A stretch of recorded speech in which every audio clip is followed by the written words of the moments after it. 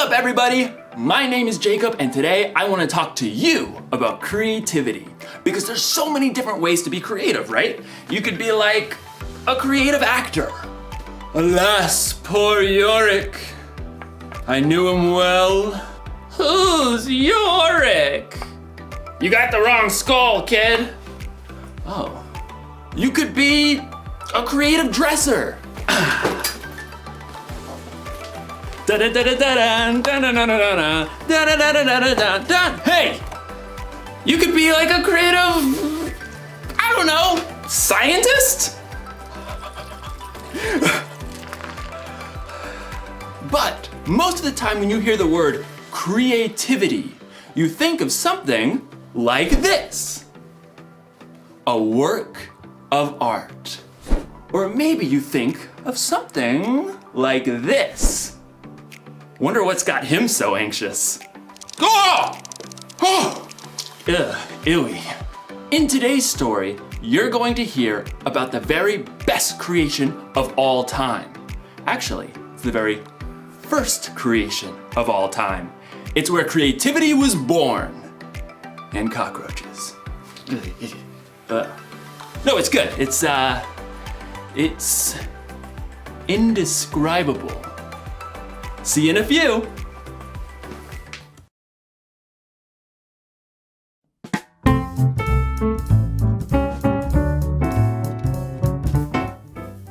Hello, I'm John, and welcome back to The Joy of Sculpting, where we take beautiful things and make even more beautiful things out of them.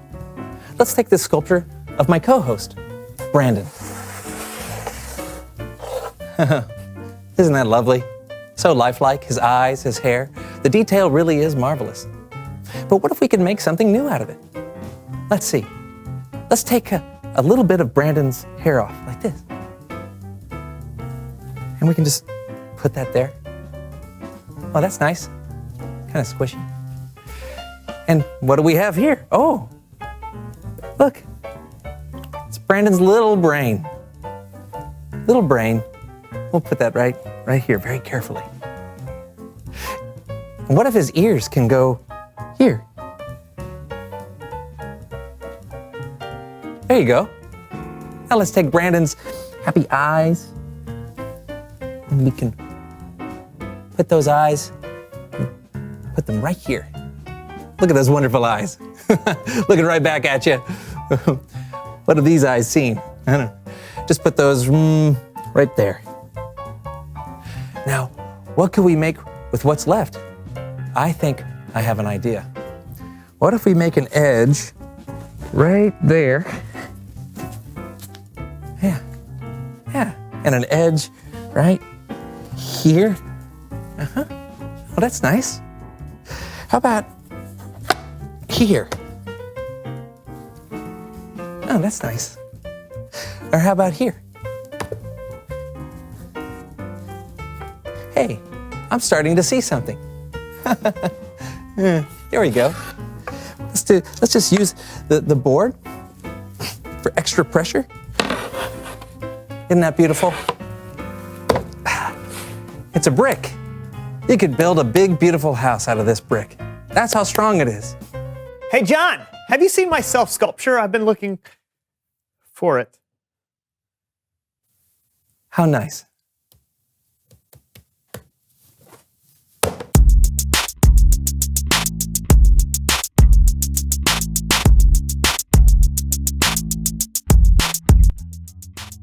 Hello, everyone. I'm Brandon. And I'm John, and welcome to The Show. Well done. Yeah. High five. Oh, that was close. I'll get it. I'll figure it out one day. Sure. So what is all this stuff that you have? I'm coming up with some new super mutants for a new comic book I'm creating. Oh, well, that sounds fun. How do you come up with your new mutants? Well, I have a jar of heads, Okay. a jar of creature bodies, and a jar of superpowers. Oh, and you what? Do you just draw them out? Sure. One I'll by show one? you. Watch this. Oh, I got a horse head. All right. And I'll just take this one. T-Rex body. Look at that. Cool. And a superpower is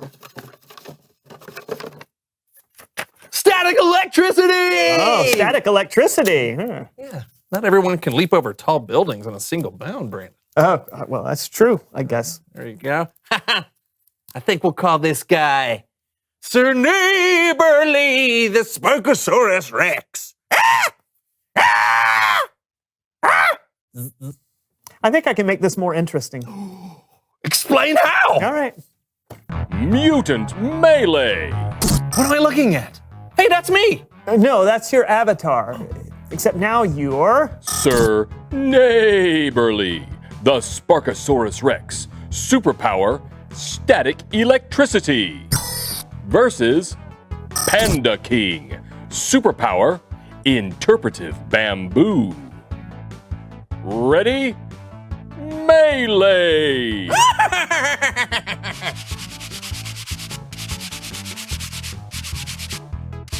It's working. Static electricity. Ow. Ow.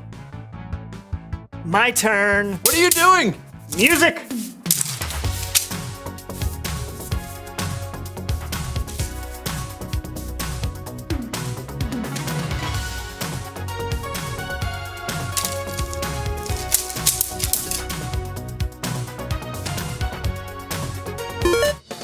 Winner! Round 2. All right. Who am I going to be this time? How about... Captain Fish Breath. Superpower, Fish Breath. Versus Bat Boy. Superpower, can fly. As long as he doesn't realize he's in the air. What does he mean I can only fly unless I realize I'm in the air? Ready? Melee! Ah! I'm flying! Oh, no! Oh!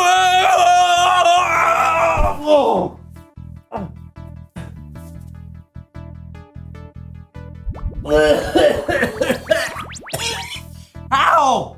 This is a video game. I shouldn't be able to smell it. Oh, that's terrible. Winner!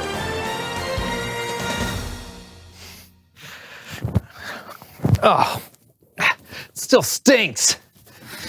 Get these things off me. Yeah, it does stink.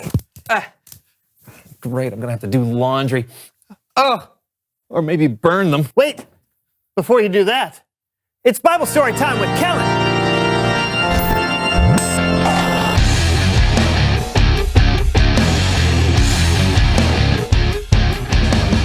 Hey, everybody. What's up, Kellen? Not much.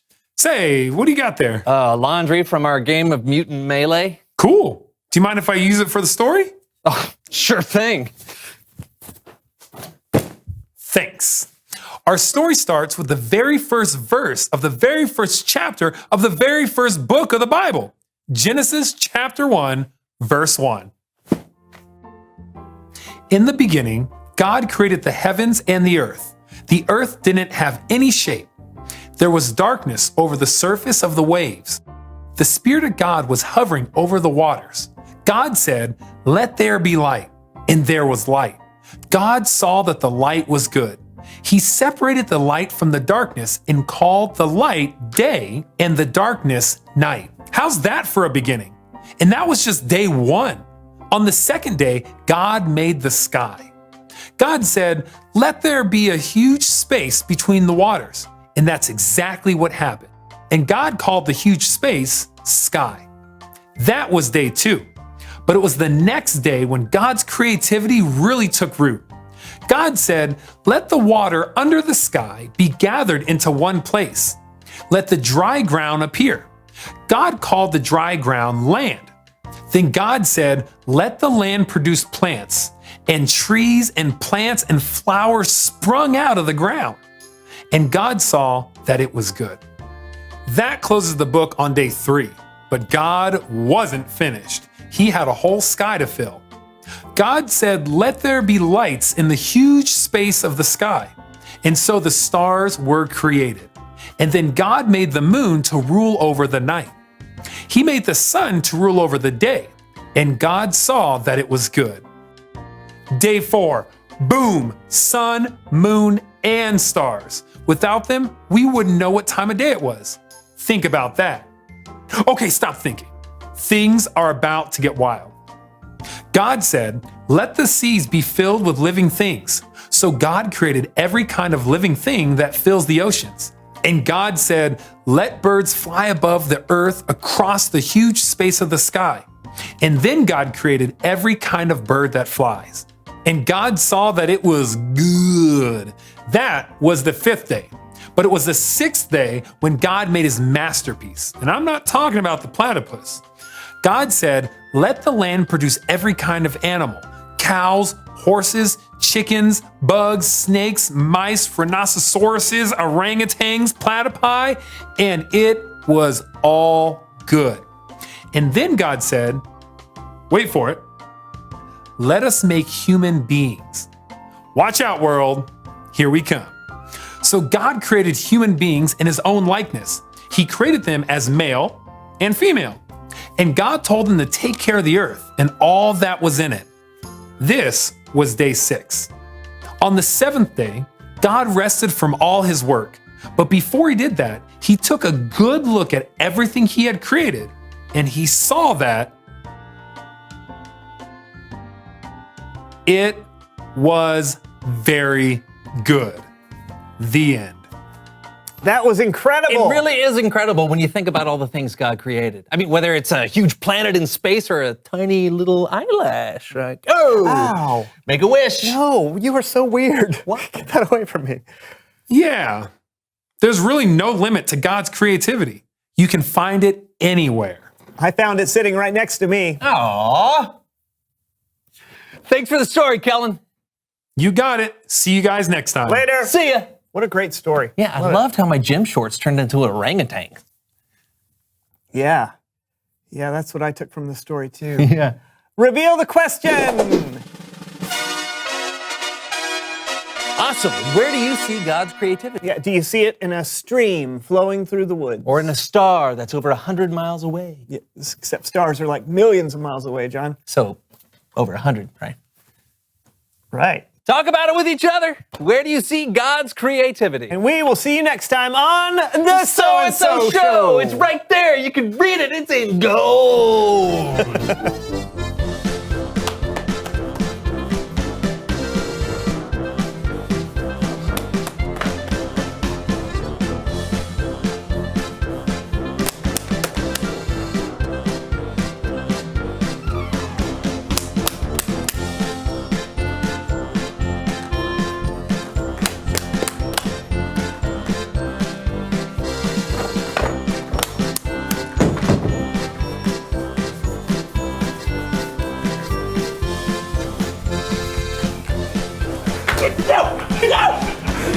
My squirrel!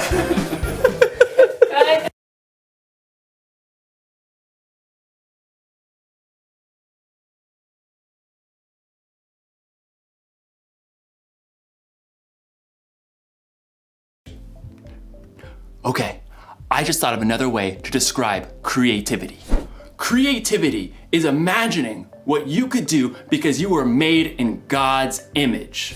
I mean, God created everything, right? He made the stars and the planets and the mountains and the oceans. He made dogs and cats and elephants and ostriches. But when he made us, it got personal. God made us so that we think and feel and act tiny bit like him. We are made in his image. So check it. Imagine looking at yourself in a mirror. That's what God is like. And no, I'm not saying that he has the same hairstyle or eye color, but look a little bit closer. There's imagination behind your eyes. You have a smile that could encourage someone when they're feeling down. And your hands that could help someone lift a heavy load. Ugh. All right. There's no limit to what God can do through you. That's because there's no limit to God's creativity. That's the one thing to remember today. There's no limit to God's creativity. Seriously, take a look this week at the things God has made and let it blow your mind. Look at the stars in the sky and think about how it could take literally millions of years just to visit one up close. Listen to the sounds outside your window at night and let yourself wonder, how do crickets make that noise anyway? And then look really close in the mirror and see how unique you are.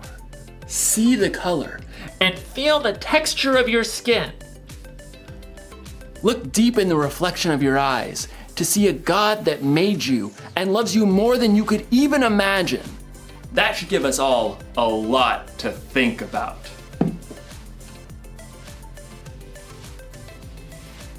No wonder this guy's a statue. He's thinking about God's creativity. Dude.